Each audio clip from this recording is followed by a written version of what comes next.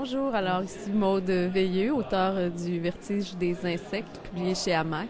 Dans mon livre, on suit Mathilde qui, suite au décès de sa grand-mère, essaie de combler le vide affectif en ayant un enfant. Donc c'est un peu une espèce de psychose autour de la maternité, mais c'est pas tout à fait la maternité plutôt que le vide humain à combler, puis elle cherche en fait comment à arriver à...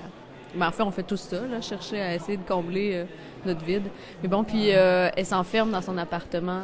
C'est une espèce de longue descente là, vers une fin. Je ne donnerai pas les détails, mais vers une fin tragique. Est-ce que je peux dire tragique? Oui, tragique. Voilà. Et comment se passe ton expérience ici à Bruxelles, Maud? C'est vraiment super. J'adore déjà la ville.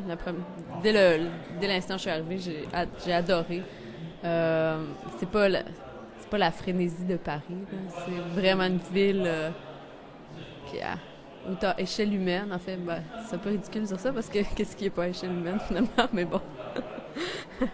Et puis la foire, ben, c'est incroyable, là. J'ai rencontré des éditeurs belges. J'ai des coups de cœur là, pour une petite maison d'édition qui s'appelle Esperluette. C'est fantastique ce qu'ils font. Très beaux livres. Puis évidemment, d'être dans le contexte avec les auteurs, les éditeurs, des libraires. Vraiment, c'est des belles rencontres, là.